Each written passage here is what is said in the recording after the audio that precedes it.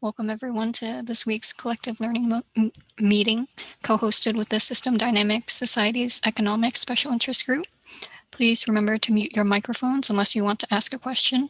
Feel free to ask questions at any time. And please also feel free to use the chat box. If you type your question there, Christine Tang, can ask the question for you. Our presenter today is Roberto Pasqualino, who is a research fellow for the Economics of Energy Innovation and System Transition, which is a University of Exeter-led project. And we'll be presenting part 2 of this presentation on the Economic Risk, Resources, and Environment, ERRE, or ERRE model. Yeah, we can call it as you like. I normally call it ERRE. Okay. Thank you very much, Christine, for introduction. So let me start by sharing my screen. And here it is. And let's go full screen. I assume you can see the slide now. So thank you, Christine, to let me know. So first of all, thanks everybody to join this call today. My name is Roberto Pasqualino. I'm Italian by origin, working in Cambridge at Anglia Ruskin University in a project called Economics of Energy Innovation and System Transition. As the name says, we are dealing with all type of problems about energy transition. Today, the presentation I'm giving is about a system model that is one of the models that is part of this larger project. So the project is accounting for 16 simulation model of energy transition from basically actively engaged in doing policy analysis in China, India, Brazil, Italy, Europe, and UK. So we have a lot of models. My job is to really evaluate all of them in their technicalities. All the models are not just system dynamics models, but even agent-based or general equilibrium models or least cost type of models. So all different kind, and we try to basically demonstrate the strengths of energy transition of some particular models. And my model basically is supposed to help in that direction. The model we're talking about today is a model that I built over my PhD and postdoc at Anglia Ruskin University in Cambridge, UK. And it was built from the PhD thesis of Professor Sturman that itself was based on the system dynamics national model of Professor Forster, which basically was extremely interesting to me as a PhD student to actually start working with that particular model and also linking that together with Word3. And that's why we look at this particular topic today. The model focuses on risk, and that's why we talk about global systemic risk analysis with the ERRE model. The content of this presentation follows up on another presentation that I gave on the 5th of February last year, 2021. And in that presentation, I spoke a little bit about the structures of the model and a bit more about the economic theory of the model. So if you're interested in that, that talk is available on YouTube. Today, we talk mostly about the output of the model. So we first move from what are the research questions today that we can try to answer. And then we present what is the 6th chapter of the book, which is the simulation chapter. And we explain how the model had been calibrated. And we look at the sensitivity of short-term shocks in the model. And then we look at the long-term scenario analysis that is similar to the one of Word3 until 2100. And that's pretty much the entire analysis with this model. The previous talk, as I said, it was based on the economic theory of the model. The key element and try to explain there is that since the system dynamics national modeling framework has always been kind of explained in terms of system dynamics concept, but I couldn't find in the literature a lot of work that was trying to catch the economic theory behind that model or where this model overlaps with the economic theory. That presentation explains where we lie, at least where these models, how actually end up changing that, lies in that economic theory. And I tried to explain that it is very important for a system dynamics modeler to understand that economic theory, because if not, it becomes complicated to transfer a clear message, in particular when talking to economics profession and talking to policymakers. So that can impact technically our results. But this time we speak about the model. I repeat a couple of slides from last presentation, just for those who didn't know about that. So the ERRE model is a globally aggregated system dynamics model that was developed as a tool to analyze systemic risks emerging from the interaction between economic growth and environmental limits, and potentially look at a little bit about systemic shocks. The analysis is kind of similar to the one of the Word Tree model. Limits of growth is a very famous model. I'm sure most people know about that. The model was built up across two different projects. One was the Global Resource Observatory project, and one was the Center for Understanding of Sustainable Prosperity project. And that was taking a kind of a lifespan of from 2014 to 2019. So quite a long time between one thing and the other to build that up. The foundation of the model come from the two models. I already said that. One is the energy transition model of the PhD of Professor Sterman, and the other one is the limits of growth model from Dennis Meadows and the team of limits of growth. None of these two professors have ever really contributed to this work, just to make sure. It is basically just work of myself plus the team I'm mentioning here, so never had their contribution on this work. What came up from this is, the main thing is a book. The book was published in May 2020, and the model at the end of the work that was built in Vensim was made publicly available, and you can look at that particular link in these slides, where you can also find all the equations explained and all the behavioral tests I could find to demonstrate how the model actually works. So the model can be seen in terms of networks, if you like. So there are in total 9 sectors. At the top level of the network, you find climate, household, banks, public sector, and firms. But the firm sector can be broken down as a proper supply chain. So using the sort of dynamic of the beer model.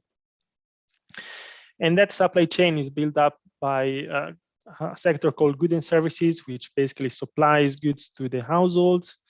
The agricultural sector, which also supplies food to the households. A manufacturing energy sector, which supply capital, so industrial capital and energy to each other, to all the possible models. So the entire economy is a closed loop system economy, where each sector produces everything that is demanded by the other sector, including themselves. The energy sector can be also broken down in terms of 3 sectors. That is fossil fuels, coal, gas, and oil put together as a big aggregate. So as again, kind of the global perspective of all these industries put together. Another one, which is renewables and nuclear, that we can call that renewables from this point in time, or green economy, let's say. And the biofuel sector, which basically is producing food that becomes energy. And that these 3 sectors compete among each other into the supply of energy to all the other sectors. An important element of this system is that I use financial stock and flows consistency as a requirement to monitor every single financial flow in the model. So the entire economy follows a double entry rule to monitor these flows, and at the end, having all the systems being stock and flow consistent, the entire economy become a stock and flows consistent economy, based on the principle of bounded rationality and bounded resource limits.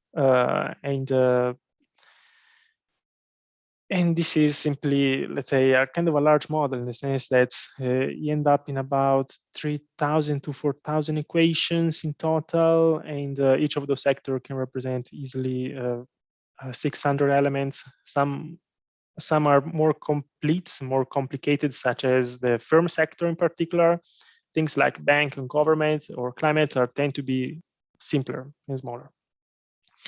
So in this presentation, we tried to do two things, and they come directly from the book. One is to try to shock in the short term food and energy, and try to see the impact among each other, try to demonstrate if there is a relationship, which relationship there is between energy and foods at the economic level. And the second one is to look at the longer term and try to understand what are the possible global emerging risks coming from the connection between growth and the environmental limits. And these are two things that we look at in this presentation using this particular model. As I said, the presentation is quite technical. So we start with a proper model calibration, and going back to the model, you can look at that also in this perspective. You see the economy, so the supply chain really. Each of the sector includes a lot of variables, including prices, the labor market, interest rate, wages, debts. There's an energy market inside as well. There are world limits. On the right side, you find banks and public sector, and both of them have also, of course, debts and provide interest and loans and things like those. I want to bring your attention to the far left and far right of these slides, where you get exogenous elements that are those that, of course, are not explained within the boundaries of the model. And these are population, labor productivity as a core elements which determine the disequilibrium actually in this model. And then things like money creation that are created both from the side of the financial sector that can produce money, inject them in the economy, or through the government as a creation of new debts. So this slide tells what are the disequilibrium factors that impact the dynamic of the system. Of course, the system dynamics focuses on disequilibrium models. The question from the side of economics tend to be, why is the model in disequilibrium? Is the disequilibrium coming from endogenous structure of the system or from the exogenous elements? In this particular model, we have both endogenous and exogenous factors that determine the disequilibrium in the system, and then we'll show which one these are. Population is used as a demand basically of the model, and is basically using a curve which grows based on historical data and using the forecast from the United Nations, driving increasing demand and consumption in the model. Then we have the productivity.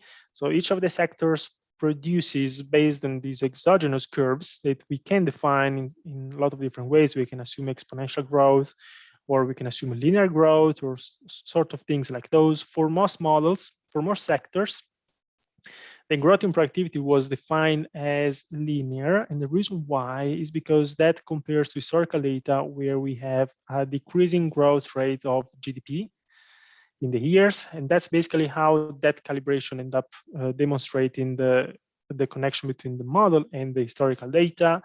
So just to give a sense, when in this model, it is increase the labor productivity or even land productivity, what we get in the dynamic is that we increase the supply of each of the sectors, and this over time generates a decrease in prices as a result of decrease in inflation.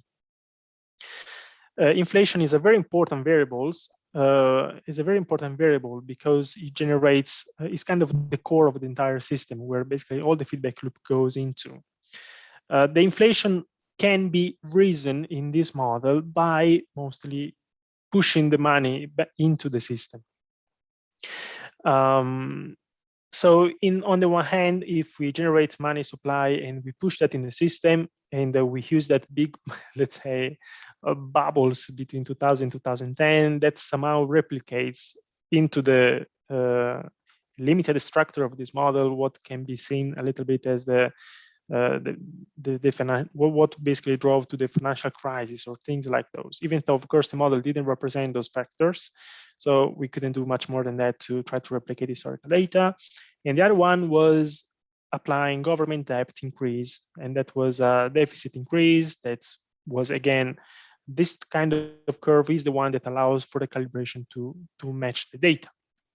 Again, rising money supply using government increase inflation in the model.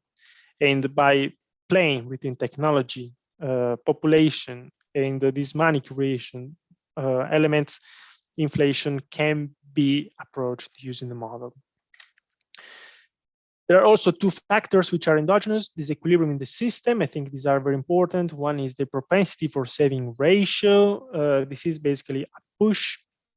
We apply a balancing loop which bring propensity a bit down in comparison to the equilibrium value, which should be 1, where 1 means that all the money that the household receive are basically spent. They don't save income.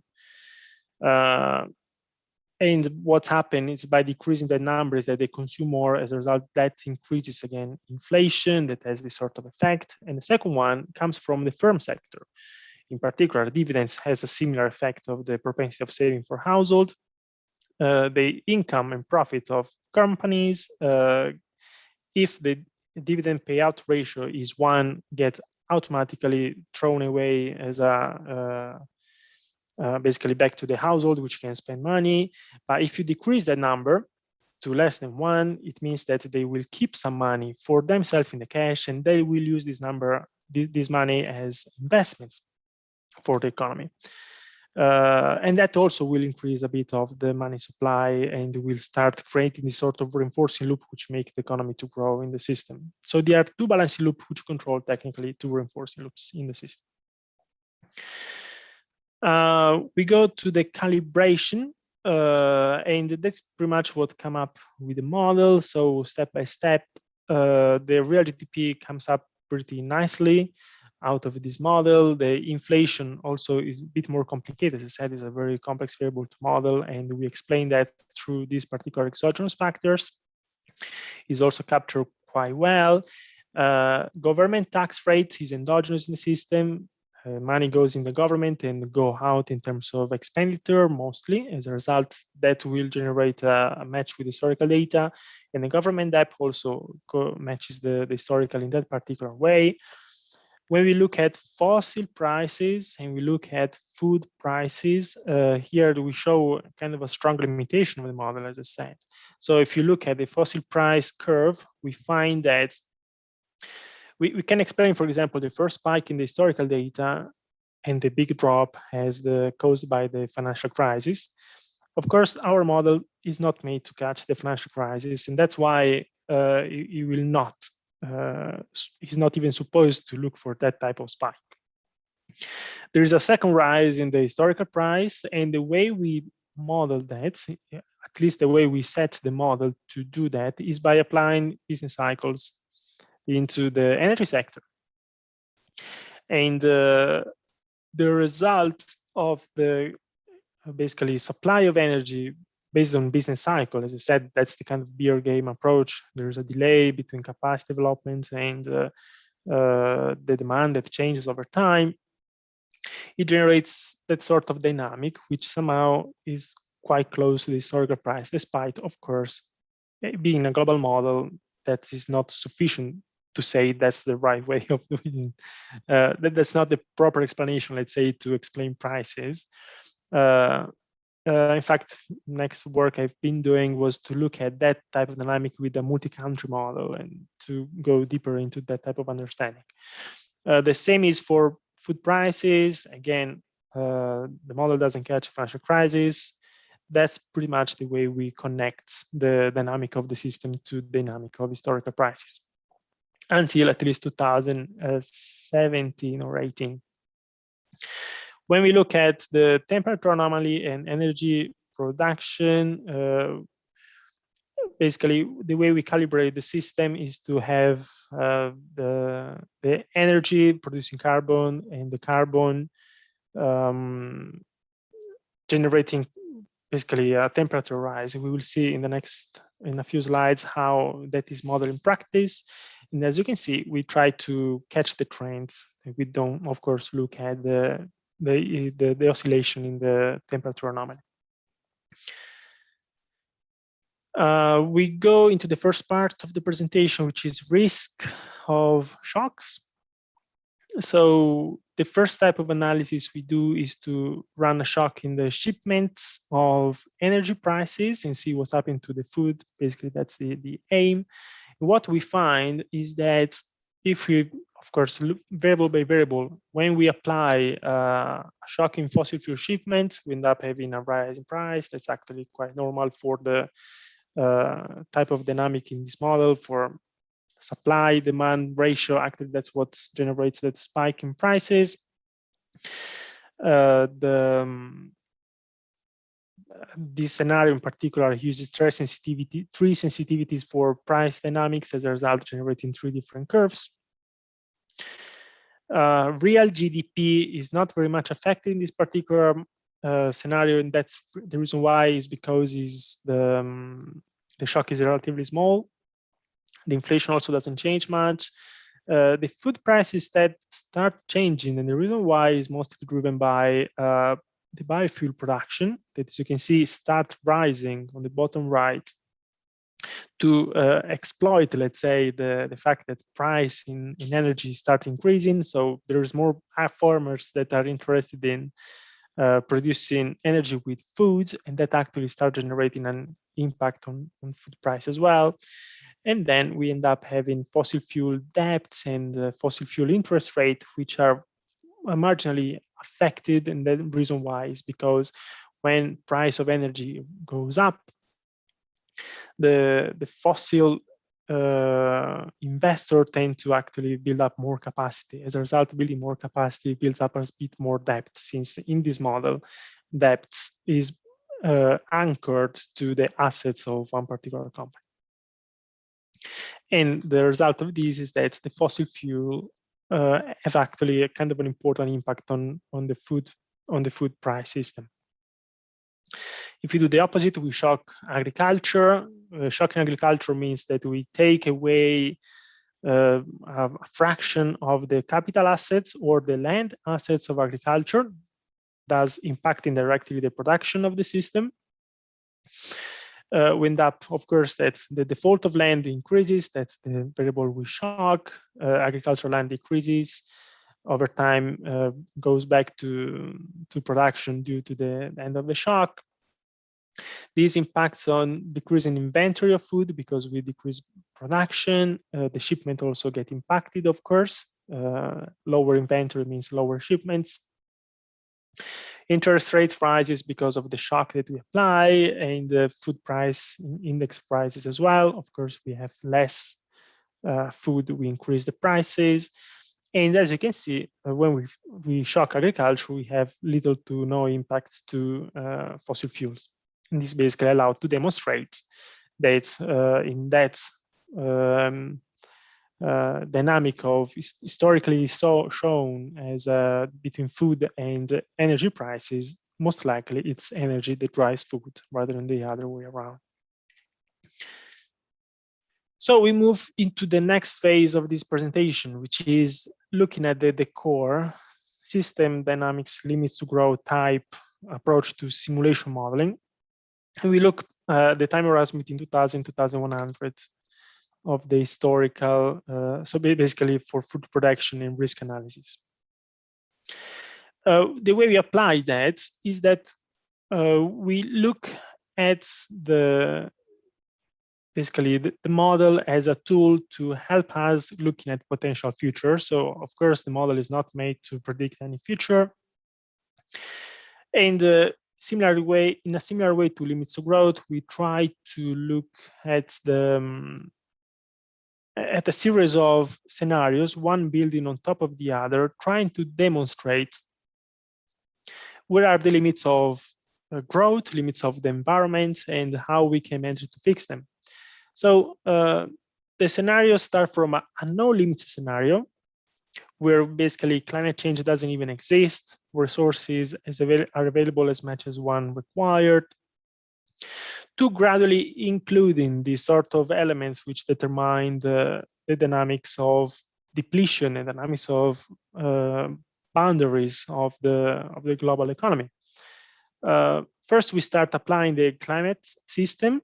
we put that in the model, and we apply that to as a feedback, negative feedback to food loss, assuming a very mild effect from climate to food loss. Secondly, we increase that effect to have a much worse impact from climate to food loss. And after then, we start applying things like fossil fuel depletion. And basically, we start playing with the sensitivity of basically removing so basically assuming that resources can end some point and determines a sort of dynamic of collapse in the economy. After then, we try to apply these ecological limits. We stop there and we try to find solutions. And these solutions are the two basic ones, which are one, first, a carbon tax, which is the scenario 5. The scenario 4 instead is a green economy growth. And the scenario 6 is basically the sum between green economy growth and carbon tax. As you can see, and this is very important, we use the model not try to just look at the whatever possible scenarios, but we gradually move from no limit scenario to a more risky scenario. So we are not really interested in looking at any possible future. We focus analysis on looking at the extreme scenarios. So from the first case, for example, of climate impact, we start taking the worst case, and we take a more extreme climate impact. From there, we take a more extreme extreme of climate impact, and we go for fossil fuel depletion, and then we move on that direction. So we start from the base run, and we simulate the climate type of problem. So in this particular model, we use a structure which is very, very simple for modeling climate systems. Of course, you can do much more complicated things. But we focus this on two reinforcing loops. And one is about what is called the hothouse effect in literature, which basically is trying to demonstrate that the more the temperature rises, the more difficult it will be for the wider ecosystem to absorb the emissions that we actually produce with the Anthropocene. And most important, we can generate even the dynamics that this wider ecosystem can start becoming an emitter to the atmosphere, just increasing even more the problem of climate change. On the other hand, we have the reinforcing loop that while we impact food loss with climate change, we will end up having a feedback loop which allows agriculture to increase production to still satisfy demand based on prices. And that will increase their production, as a result, they increase also their carbon emission, just generating a second reinforcing loop. And these are kind of risky things. The simulation we do for scenario 1 and scenario 2 are the first one that we step by step we start from assuming that there is no effect of climate to switching on all the possible table functions that you see here. So carbon sink, temperature anomaly effect on carbon sink, or temperature anomaly effect on food loss. And the second scenario is about assuming that the temperature anomaly effect on food loss, which is the curve you see on the right, increase the impact becoming worse. So starting from the first scenario, we have gradually increasing the effect of climate change on the system, impacting just food. That's a very important assumption. What we find out is that, at least based on the relationship included here, there is a little impact on real GDP and carbon emissions, mainly due to the fact that the effect on food is small, and at the same time, food is not the biggest part of the economy. Carbon atmosphere grows much together with temperature anomaly. As you can see, temperature is modeled as proportional to the carbon in the atmosphere, which is a very strong assumption. And based on the feedback loop that we applied, this temperature anomaly can go to very, very high level, even plus 80 degrees by 2100. This is, of course, an extreme, very extreme scenario that we hope will never happen. And secondly, we have the emissions from the wider ecosystem, which start rising, just basically releasing the stock of carbon in water ecosystems. And third, we have actual impact on food loss, and that will start impacting as well food prices. From there, if we go to the second scenarios and we look at the stronger effect of climate on foods, we find the following. The temperature normally doesn't change much. The reason why, again, agriculture is not the stronger factor determining that at the moment. The temperature normally becomes stronger, of course. The carbon emission starts increasing more. That's because of the reinforcing loop we were talking about before between climate and agriculture. Secondly, we find that food planting starts increasing the more the impact of climate on food loss. And the result of that is that we have a little bit of an impact on food production and food shipment, in the sense that because of food planting increases, the food production gets kind of mitigated despite decreases slightly. And this generates some sort of imbalance because food price increases even more due to the lack of food in comparison to the base scenario. And they start having a problem of demand satisfaction for food. That's basically what came out of this model. At this point, the idea is let's try to take the most extreme of those and trying to fix it. Okay. The first thing we do is to apply depletion. So depletion in this particular model is kind of simple in the sense that we have resources. This one follows the McKelvey diagram for resource extraction of economic and non-economic type of resources. So we have resources, that resources get discovered, they become proven reserves. Out of proven reserves, you can extract from the ground those reserves, and they become production, they become an inventory, they go inventory, and then out of inventory, they can be shipped all over the world and become energy for all of us to consume. The concept is that in this model, there is a limit to growth type of feedback loop, that the more resources decreases,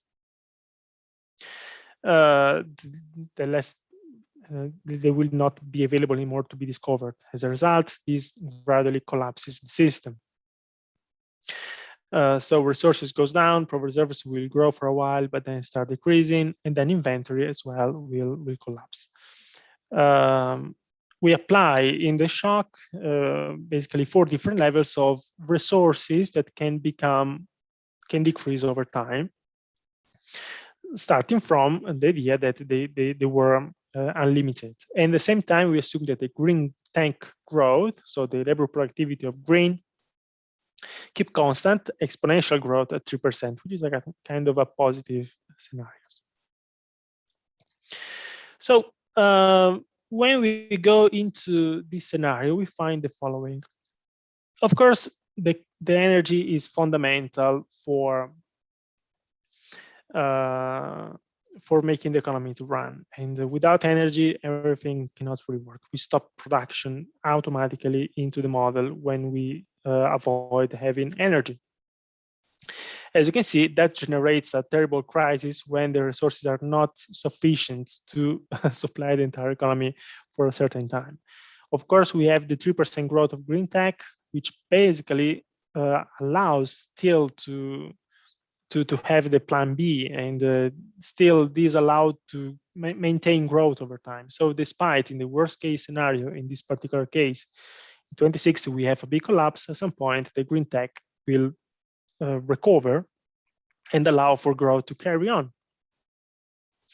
It is interesting to see the dynamic of collapse in terms of GDP deflator, so the inflation type.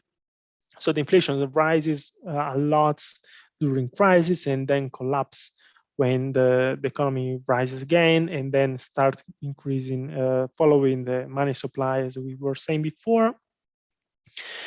The effect on depletion, of course, the less is the fossil fuels, the faster the collapse will occur. Same for inventory.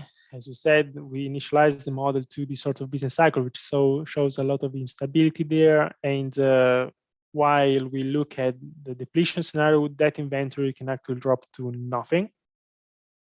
And at the same time, the shipment drops to zero and faster as soon as we make it stronger, the less availability of fossil in the economy.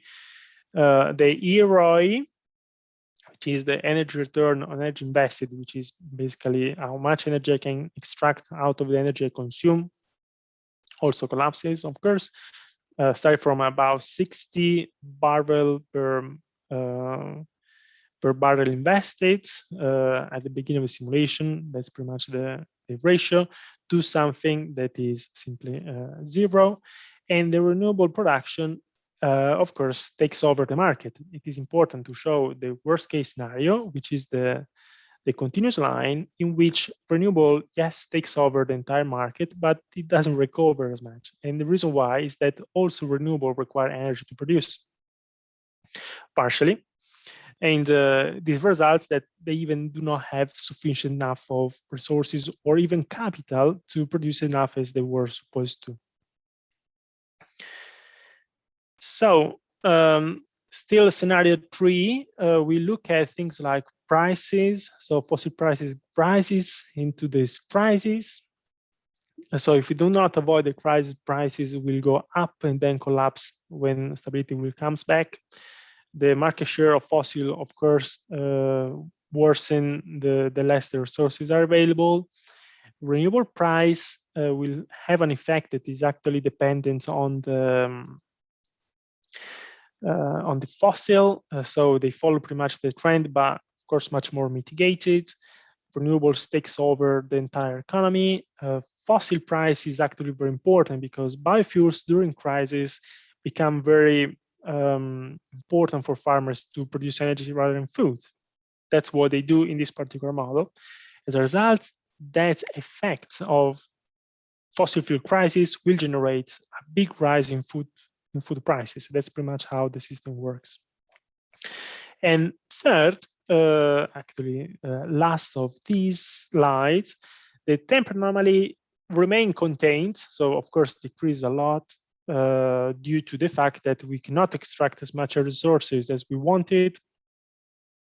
And the carbon emission, of course, decreases together with the collapse of the economy, which makes technically the economy still not to stay within the what we can call the climate target of +2 degrees. But that's also because of the fact that we calibrate the model to a very hot house effect, which keep increasing temperature despite the maybe human activity doesn't occur anymore. So the next effect is start to looking at the solution. So we first start with green growth. This green growth is something that we try to test. As I said before, we had a 3% exponential growth of green growth for the previous simulation. Now we test between 1% and 9%. So we have 1% growth, 3% growth, 5, 7, and 9. Of course, 9% growth in green tech is a huge number, which brings, as you can see, the exponential to become 8,000 times more productive in 2100. This is again an extremely positive and unlikely scenario that can exist, but this shows as well how much effort is required or would be required by an economy of this kind to recover out of such a terrible hothouse effect. What comes up in this slide is that the economy in this particular case can even collapse, in particular when we have a 1% green growth, which is not enough at all to keep up with the energy crisis that we simulate in this model, can actually collapse the entire economy, which is actually not a good thing. Of course, when we start increasing the green tech growth above 5 or 7 or 9%, even generates a perfect green tech that can, of course, take over the entire economy very easily, with even generating a scenario which is not impacted by any crisis at all. This is also reflected into the GDP deflator, so inflation and interest rates. In the worst case, we have, as I said before, a rise in inflation and then a big collapse of the economy, which decreases also inflation over time. And the interest rate follows that sort of dynamic of inflation. So the interest rate is modeled such that takes as input inflation and try to balance out that effect to control it. So that simulates the sort of banking type of behavior to control that. Of course, these financial variables become very unstable due to the financial crisis. When we look at the fossil shipments, of course, the more the green growth improves, the better it is for the economy. The more fossil remain in the ground, we have more stranded assets. And the shipment more smoothly generates some sort of dynamic of collapse. Renewables take over the world. Biofuels also in the big crisis, as I said, even worse, takes a lot of weight to produce energy out of food in the case of the crisis, or basically just remain a bit more under control without the crisis. And the ERRE again collapses, and the ERRE in renewables instead grows amazingly, such that it can cover the entire energy production in the world, which is amazing, even if it is, of course, impossible. So we move to the still scenario 4. We look again at the so we look a bit more variable in scenario 4, so green tech growth. One important element that I quite kind of like out of this model, which is very much in line with the thinking of Dennis Meadows and Jürgen Randers when they model limits of growth and the collapse of everything, is that in the case of global collapse, the energy fossil fuel economy tends to hire more and more people because the price goes up. They produce less, they have less capacity to produce, but they hire more people to get to that result. That's a very similar concept to what was said in limits of growth at the time. Renewables instead grows when productivity is low, and employment can stay down when productivity is very high, of course. The prices basically become exponentially rising due to the fact that no resource means more prices for fossil. The market share, of course, collapses at different rates. The price of renewables goes down when productivity goes up, which makes the economy stable and makes the renewable transition faster. Fossil price real again is impacted by this type of dynamics, and as I said, the biofuel market share can increase and collapse because of basically taking market in case of crisis, but then collapsing again because the green tech takes over the market. And in this particular case, we can manage to basically, in the case of best green tech growth, to decrease carbon emission and decrease the temperature anomaly even more, even though we are still at the plus 4 degrees at the end of 2100. We go into the carbon tax, and in this particular case, we test 2 carbon taxes, one in 2030 and one in 2020, so 10 years gap.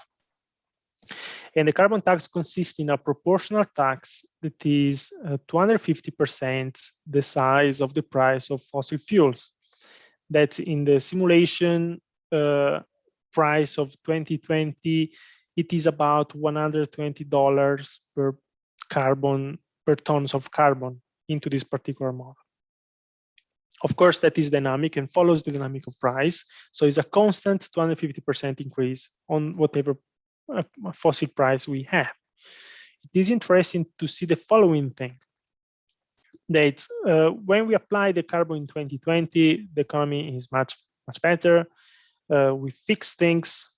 The fossil fuel is too expensive. Green tech grows faster, and these allow the economy to stay stable over time. So technically, a carbon tax in 2020 would help. In 2030, instead, doesn't help enough in the sense that there is still a crisis happening there. And we have kind of economic troubles. This is reflected both in outputs, in deflator, and in the revenue of the government. The tax revenue follows, as I said, a constant fraction of the price of energy. As a result, that varies together with the price. And the more the price is unstable, the more the revenue to the government is unstable, impacting both the energy tax revenue, the corporate tax rate, since every single income that comes from the government is decreased by the other sector as a decrease in tax. And the interest rate real becomes much more stable, of course, in the 2020 carbon tax. This is also reflected into a better or less good transition to renewables. And as you can see, the temperature anomaly results to be higher in the case in which the carbon tax is in 2020, which is the only caveat of applying the tax before rather than 2030. The reason why is that because of the crisis created in 2030, the economy, which is struggling to grow, managed to produce less energy, so less carbon, less energy and less carbon, and thus resulting in less temperature anomaly. Given those two scenarios, we decide to keep using the 2020 carbon as in a mix with the green tech growth to generate the last scenario. And as a result, we find the way to save the world. So green tech growth, so the GDP growth rate is more stable. The inflation is basically fine. We find much more stability in corporate tax and energy tax revenue. The fossil fuel shipments decreases faster with the increase of green tech growth. Stranded assets remain in the ground. The ERRE of green tech is much better, is the same as the previous scenario, and the prices decreases drastically with the increasing green tech growth, and then we finally managed to keep the temperature anomaly at the +2 degrees, with basically almost null effect on food loss. So, of course, here we are heading to the end of this presentation. Of course, there is a lot of uncertainty in this analysis. So the relationship between the substitution of fossil for green or vice versa should be taken a bit more care about. We didn't model anything about minerals, so there is no really a constraints from the mineral resources that can stop the green tech to keep rising. The hothouse effect, we model something that is very strong. And the reason why is simply because we'd like to test the model to the most extreme case. More work to make sure the hothouse effect is calibrated properly is supposed to be done. We did a model thing like carbon capture, but at the same time, we didn't model the fact that climate change can have bad impacts, not just on food, but also on all the other sectors of the economy. And at the same time, the global nature of the model constrains the result that one can get out of the system. To summarize the entire presentation in one single slide, in the short term, it's likely that energy has more impact on food than vice versa. And that was proved by the first shocks. Climate change and hothouse effect, we have to say that they are irreversible risks to human activity. And despite we cannot really estimate how strong they might be, it might even be a system that automatically grows and increases its risk on human activity over time. Food risks. So the three type of sensitivities that we applied to food were taken from the IPCC report, actually. and they were assuming that the risk could be the average of tropical area, temperate area, or an average between the two. And as a result, we can tell that the tropical areas can have more impact on food than the temperate ones. Energy transition is, of course, a top priority, and we have to deal with that. And that's what we try to do also in this project that we're working on now. The speed of green growth is also critical. But at the same time, there are issues around how can we make sure that we have a good speed of growth. There is a problem of the energy market, which can definitely impact the food system via biofuels.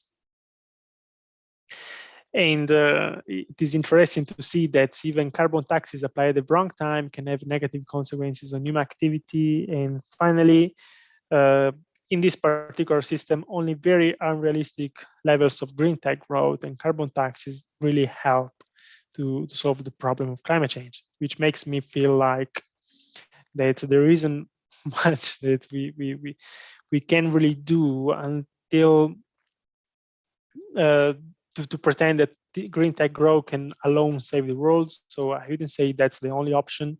We have to take care of things like the social impact. We need to have social change above technology trying to help us dealing with this sort of transition. And ultimately, would be important that the government is welcome to support the market transition, not just a market economy doing that work for us. And this was the last slide. So I stayed into 50 minutes, which is kind of a long time. And I hope you find this interesting. I know it's a lot of work and a lot of things to take, and I'm sure very happy to take any question you might have.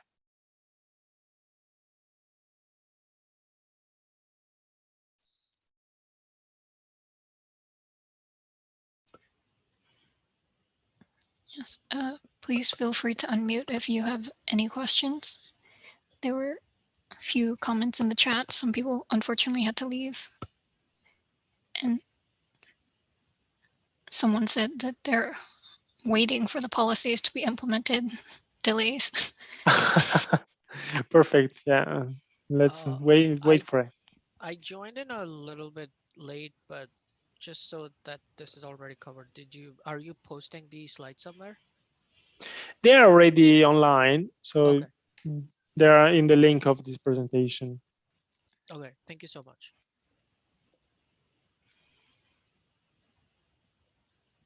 Is there any question? Shall I stop the sharing, or you want me to go back to some particular slides? I know it basically is still a lot of material, so probably it's quite complicated to follow that. There was one thing. Yeah. Could you go a slide like to the conclusions? These or that? Not this. Yeah, that one. The summary. Yes. So I was just wondering, is there any way to account for the cumulative buildup, or are we not considering that when it comes to models? So like greenhouse gases or emissions, they kind of build up as the years keep going by, and nothing is done to, well, not nothing, but very little is being done to actually reduce them. So is there a way to account for that in the model that you've presented? Well, so I think it is possible to do that. I mean, technically, it's quite simple to apply another sensitivity out of this model. So as I said before, the model is available online, so you can take it, download it, and if you want, you can play with it as much as you like. The answer to that, I think, is yes, it is possible to account for that.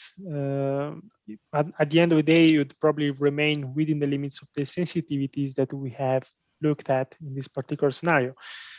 So when we end up doing this sort of analysis, I was looking at the most extreme cases that could actually become possibilities into this area. Of course, the fact that we put a hothouse effect, which is so strong and extreme in the beginning of the simulation, makes it very harder to save the world in different ways. But at the same time, this particular model allows to demonstrate that whatever simulation you want to add in the system will potentially work. And that element, yes, can be definitely added and most likely remain within the system sensitivities that we applied in this simulation. I see. Thank you. Thank you, Varun. Is there another one? Didn't see. Yes. Have you already proven the validity of your models by making some policies applied with success? The answer to this one is technically no. So as I said, the problem is that the global model makes you always in troubles when you try to define a policy properly, because it's a global model and there is even no point to try to fix a policy that will be listened by any government. So it makes much more sense to do that type of work with the national models. If we do that with a global model, again, since we cannot estimate properly, at least I can't estimate properly things like hothouse effect or what is going to be the price of fossil fuel in 10 years or 15 years. This makes things much more complicated and a bit more speculative, let's say, if one wants to pretend to model a policy and apply that to demonstrate something makes sense or doesn't make sense. As I said, it is very important, and that's what we are finding out as well into the project economics of energy innovation, system transition, that is always a matter of involving a policymaker that makes a model to be effective. So it's not, what was Sterman was saying this sentence that I always like: research shows that showing research to people doesn't work. These kind of amazing sentences, and that's exactly the case actually. So we have to have a policymaker or somebody that believes in your work and is there and contracting you to actually do the work with them. Of course, with a global model, this thing is not really possible, I believe, unless you go to the national scale at least. So my suggestion is, if you have a model like this, you want to be effective, try to build that for the national scale and then disaggregate that further. Yeah, so I hope that helps. Models with an horizon of 80 years are condemned to be never verified. Yeah, actually, I think that's kind of the case. So, of course, we're not planning to have a verification of the model. We are simply telling the story that we want to avoid something to happen. And so ideally, each of those scenarios is something that we would like to avoid to happen. We're trying to say that if some terrible risk happen in 2020, if the hothouse effect is already evolving at this point in time and is already a reinforcing loop which is creating more and more energy, more and more carbon in the economy, and creating more temperature rise, then it's going to be very, very hard to solve the problem. And it's not verification we are looking for, is more like awareness, rising awareness of the risk that can come up and try to find ways to deal with them. Of course, global models, again, have this terrible problem. Better work can be done by disaggregating systems. And that's actually what I've been doing into the EAST project as well. So I will be happy to give more presentation on that in the future. Any other question? Happy to stay here another few minutes. I think we have some more time, don't we? We're 2 minutes past the hour, but I have time, and if people want to stay, please feel free. There were some questions above those. I don't know if I think you prefer to read, so you can filter however you like. Yeah, I see. I guess, I mean, the material presented this way makes it also a bit complicated to catch the right thing. So I hope people will manage to look at this online on YouTube later. Any question you want to ask, please let me know. My link, my email, I think, are available in the link. Anyway, roberto.pasqualino@arru.ac.uk. You just look for me on my website. You find me straight away. I'm very happy to answer any question you might have.